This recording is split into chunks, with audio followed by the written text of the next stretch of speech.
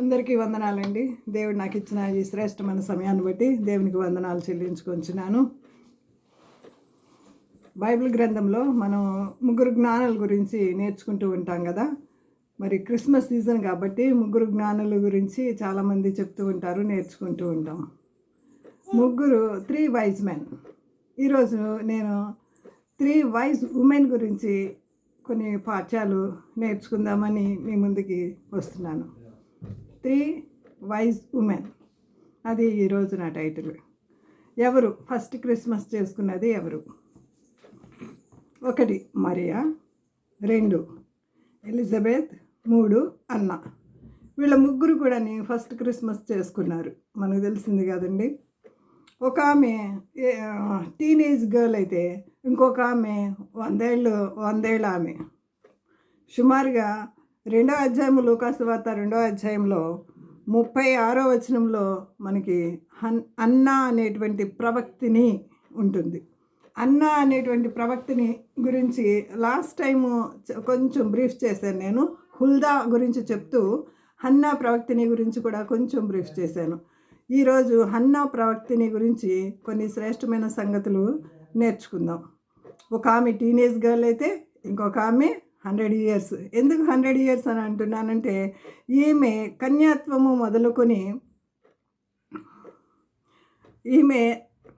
మొదలుకొని 7 ఏండ్లు పెనిమిటితో సంసారం చేసి బహుకాలము గడిచినదై 84 సంవత్సరములు విధవరాలయ్యింది. అంటే 84 సంవత్సరాలు విధవరాలుగా ఉందంటే ఆమెకు కనీసం 15, సుమారుగా మనం 15 ఇయర్స్కి మ్యారేజ్ అయినా మళ్ళీ 7 ఇయర్స్ ఏమో తను కాపురం చేసినట్లు కూడా బైబిల్ గ్రంథం స్పష్టంగా చెప్తుంది. అంటే 15 + 7 22 ఇయర్స్, 22 + 84 సంవత్సరాలు, ఎంత 100 అబోవ్ కదా. కాబట్టి 100 అబోవ్ అంత పండు ముసలి ఆమెని. మళ్ళా ఎలిజబెత్ అంటే ఎంత ఉంటుంది సుమారుగా? నేను నా అంచనా ప్రకారం బహువృద్ధులు అని బైబిల్ గ్రంథంలో రాయబడి ఉంది. బహువృద్ధులు అనంటే 70 ఏళ్ళు అయి ఉండొచ్చు. ఆమె కూడా దగ్గర 70-75 ఏళ్ళు అట్లా అయి ఉండొచ్చు. వీరి ముగ్గురుని నేను మీ ముందుకి ఈరోజు తీసుకుని వస్తున్నాను. ఒక మాట చదువుకుందాం రండి. లూకాసు వార్త మొదటిగా మరియా గురించి 2 మాటలు శ్రేష్టమైన సంగతులు నేర్చుకుందాము. లూకాసు వార్త 1వ అధ్యాయము 28వ వచనం. ఎవరైనా చదువుతారా? నేను చదివేయమంటారు? ఆ దూత లోపలికి వచ్చి ఆమెను చూచి, దయాప్రాప్తురాలా, నీకు శుభము, ప్రభువు నీకు తోడై ఉన్నాడని చెప్పెను. ఆ మాటకి ఆమె ఆ మాటకు బహుగా తొందరపడి ఈ శుభవచనం ఏమిటా అని ఆలోచించుకొని చూడగా దూత, మరియా, భయపడకుము, దేవుని వలన నీవు కృప పొందితివి, నీ గర్భమున. చాలండి, ఈ స్టోరీ అంతా మనం ప్రతిసారి వింటూనే ఉంటాము. మీకు బోర్ కొట్టేయచ్చు అన్నిసార్లు. ఈ సీజన్లో అయితే ప్రతి ఒక్కళ్ళు ఇది చదవకుండా ముందుకెళ్ళరు. మరియ గురించి మనం నేర్చుకోవాల్సిన విషయాలు అనేకములు ఉన్నాయి. నా దగ్గర 40 పాయింట్స్ రాశాను. నేను ఎప్పటి నుంచో వాక్యం చెప్తున్నాను కాబట్టి 40 పాయింట్స్ నేను మరియ గురించి రాశాను. వాటిల్లో శ్రేష్టమైనవి, ఫస్ట్ ఆఫ్ ఆల్ ఆమె కృప పొందింది, ఆమె దీనురాలు, ఆమె దయ పొందింది, దేవుని దయ పొందింది, ఆమె దేవుని కృపను పొందింది, ఆమె ఎంతగానో దేవుని యందు భయభక్తులు కలిగింది.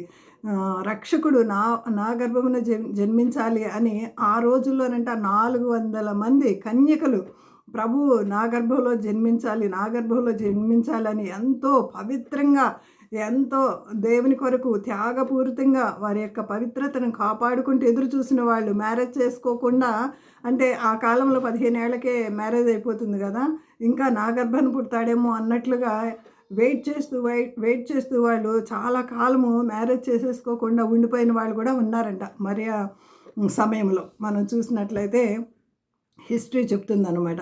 ఇలాంటి పవిత్రమైనటువంటి అసలు మరియాని చేసుకునేటప్పుడు దేవదూతలు కానీ దేవుడు కానీ పరలోకంలోకి వెళ్ళి ఇక్కడ యెరూషలేము ప్రాంతం అంతా సెర్చ్ చేసి వచ్చంట పరలోకంకి వెళ్ళి డిస్కస్ చేసుకుంటూ ఉంటారంటే ఏమని, ఎవరు కరెక్ట్ అని. మనం కూడా పెళ్లి చూపులు చూసేటప్పుడు చాలామందిని చూస్తూ ఉంటాం కదా. చాలామంది చూసిన తర్వాత వాళ్ళ బెస్ట్నే సెలెక్ట్ చేసుకుంటాం కదా. నా పెళ్లి చూపులు కూడా అలాగే జరిగినాయిలేండి. సో అయితే అలాగే ఆ విధంగా మరియను చేయడానికి దేవుడు చాలా అన్ని విషయాల్లో, అన్ని కోణాల్లో పరీక్షించాడంట.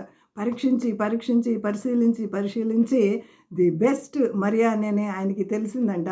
మరియానే ఎంపిక చేసుకున్నారంట. ఎంత దీనురాలో చూడండి. ఆమె ఎన్ని కష్టాలు వచ్చినప్పటికీ ఓర్చుకుంది. రాళ్ల దెబ్బలు పడి నన్ను ఒకవేళ చంపేస్తారేమో అని, అంటే ధర్మశాస్త్రం తనకి బాగుగా తెలిసింది.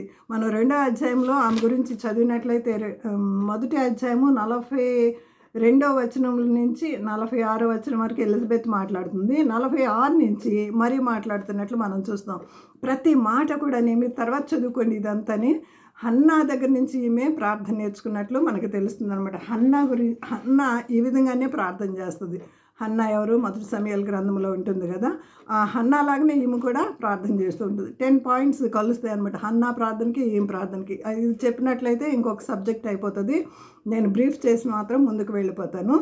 సో అలాగా ధర్మశాస్త్రం ఎరిగిన ఆమె, ధర్మశాస్త్రం ఎరిగిన వాళ్ళు అంటే ఫస్ట్ ధర్మశాస్త్రానికి విరుద్ధంగా జీవిస్తే రాళ్ళ దెబ్బలు తప్పవని తెలుసు, మరణశిక్ష తప్పదని తెలుసు.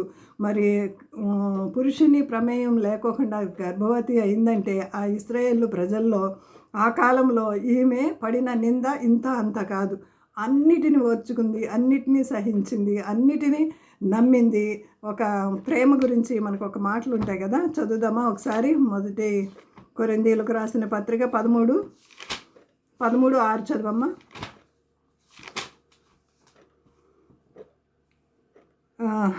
13:7 అన్నింటినీ తాళుకొను, అన్నింటినీ నమ్మును, అన్నింటినీ నిరీక్షించును, అన్నిటినీ నమ్మును, అన్నిటినీ నిరీక్షించును, అన్నిటినీ ఓర్చును.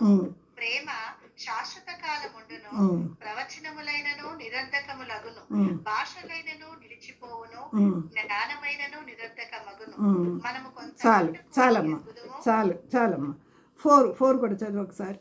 4వ వచనం. ప్రేమ దీర్ఘకాలము సహించును, దయ చూపించును, ప్రేమ మత్సరపడదు, ప్రేమ డంబముగా ప్రవర్తింపదు, అది ఉప్పొంగదు. ఇవన్నీ కూడా మరియలో గుప్తమై ఉన్నాయన్నమాట. ఇంకొక మాట నేను చెప్పాలంటే, రెఫరెన్స్ నేను ఇవ్వను కానీ, అంటే ఇప్పుడు చదివించను కానీ, 31 ప్రోవర్బ్స్లో 10వ వచనం దగ్గర నుంచి మొదటి తను తల్లి చెప్పినటువంటి ఉపదేశాలు కూడా 10 వచనాలు ఉంటాయి. 31వ అధ్యాయం అంతా స్త్రీలకి ప్రత్యేకమైందనమాట. నేను అది బై హార్ట్ చేయించింది ఏ స్త్రీల కూడికలో కూడా అసలు విడిచిపెట్టిన అనమాట. 31వ అధ్యాయం ప్రోవర్బ్స్ అది ప్రతిరోజు కూడా మనము చదువుకోవాలన్నమాట. ఈ విధంగా మనం నడుచుకోవాలి అని. ఆ విధంగా మరియా నడుచుకున్నట్లు, ధర్మశాస్త్రాన్ని చక్కగా అనుసరించినట్లు మనకు తెలుస్తుంది అనమాట. ఇంకా మనం మరియా గురించి చెప్పినట్లయితే ఇంకొక మాట చూపించి నేను ఎలిజబెత్ దగ్గరికి వెళ్ళిపోతాను. ఎందుకంటే సమయం కొంచెమే కదా, ఇప్పుడు వాక్యానికి కాదు, ఎక్కువ విజ్ఞాపన ప్రార్థన చేయాలి. 37వ వచనం, మొదటి అధ్యాయము లూకాసు వార్త 37వ వచనం అక్కడ చదవమ్మా. దేవుడు చెప్పిన ఏ మాట అయినను, దేవుడు చెప్పిన ఏ మాట అయినను నిరర్ధకము కానేరదని ఆమెతో చెప్పెను. అందుకు మరియా, ఇదిగో ప్రభువు దాసురాలను, నీ మాట చొప్పున నాకు జరుగును గాక అనెను.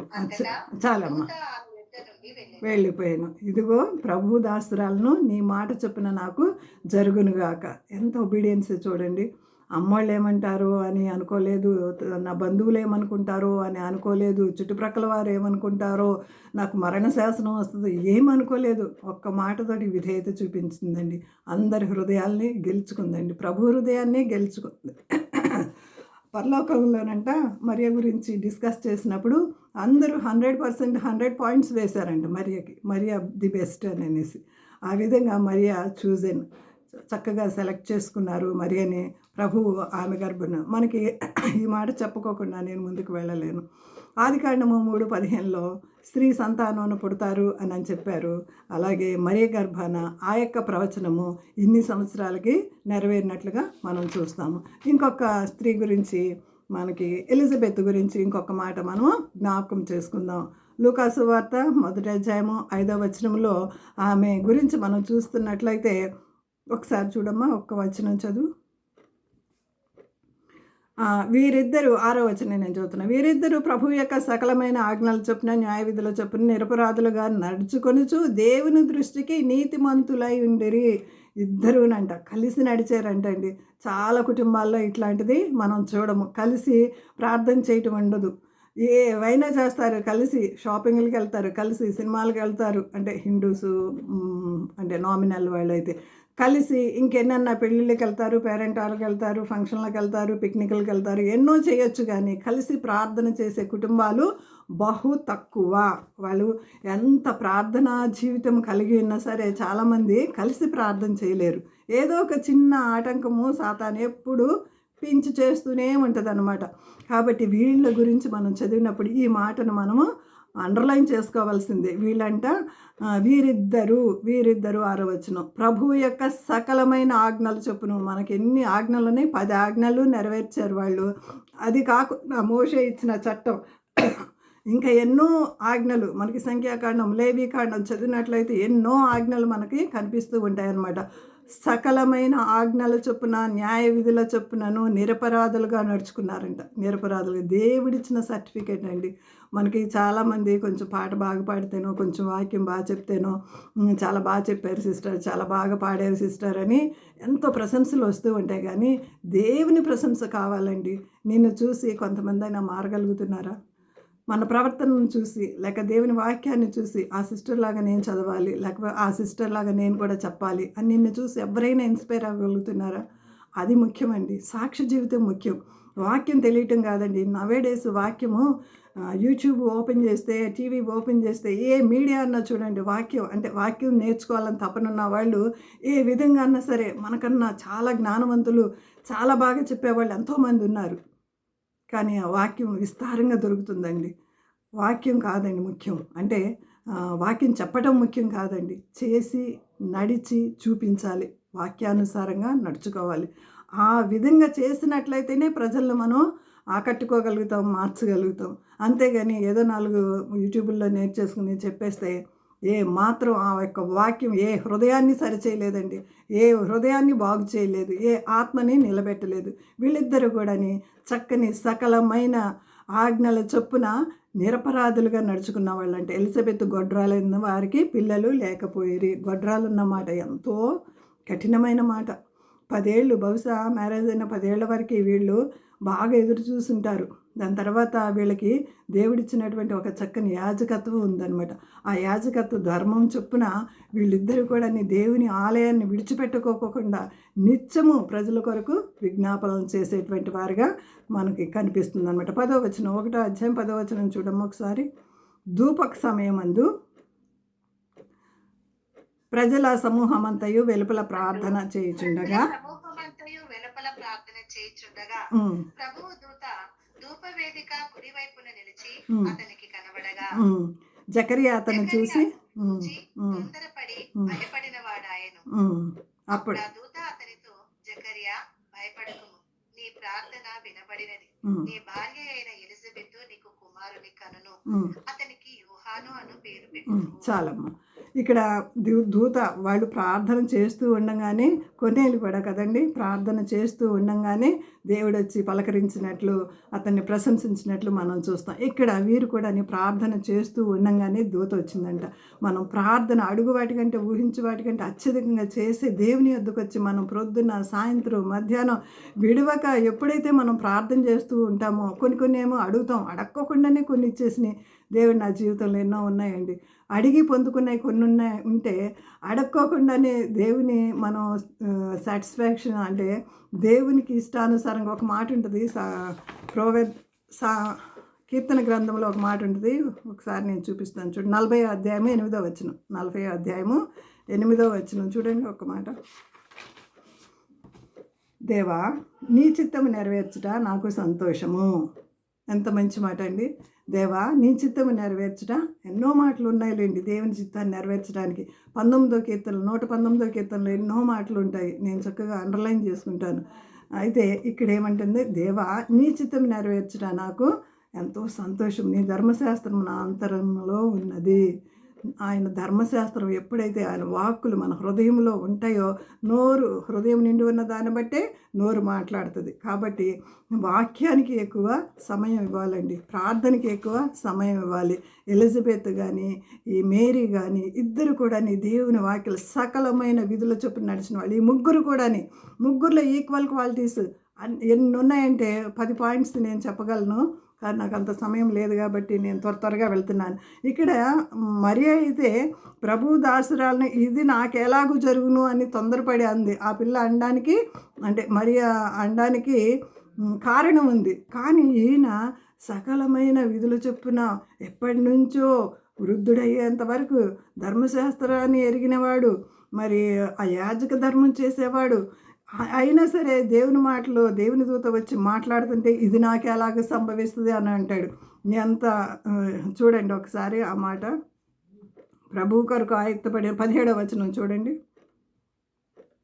17వ వచనము, మరియు అతడు తండ్రుల హృదయమును పిల్లల దట్టుకును అవిధేయులైన నీతిమంతుల జ్ఞానమును అనుసరించి త్రిప్పి ప్రభువు కొరకు ఆయుక్తపడి ఉన్న ప్రజలను సిద్ధపరచుటగా ఏలియా యొక్క ఆత్మయు శక్తి గలవాడే ఆయనకు ముందుగా వెళ్ళును గనుక నీకు సంతోషము మహా ఆనందము కలుగును, అతడు పుట్టినందున అనేకులు సంతోషించుదురు అని చెప్పి దూత పలికినప్పుడు అప్పుడు జకరియా అంటాడు కదా, ఎన్ని క్వాలిటీస్ ఇచ్చాడో చూడండి. యోహాను గురించి చెప్పినప్పుడు ఈ వాక్యాలన్నీ మనము ఎక్స్ప్లెయిన్ చేయొచ్చు. తర్వాత ఇది అంతా చెప్పాలంటే సమయం లేదు కాబట్టి ఇక్కడ జకరియా 18వ వచనంలో అంటున్నాడు కదా, జకరియా ఇది నాకెలాగూ తెలియను.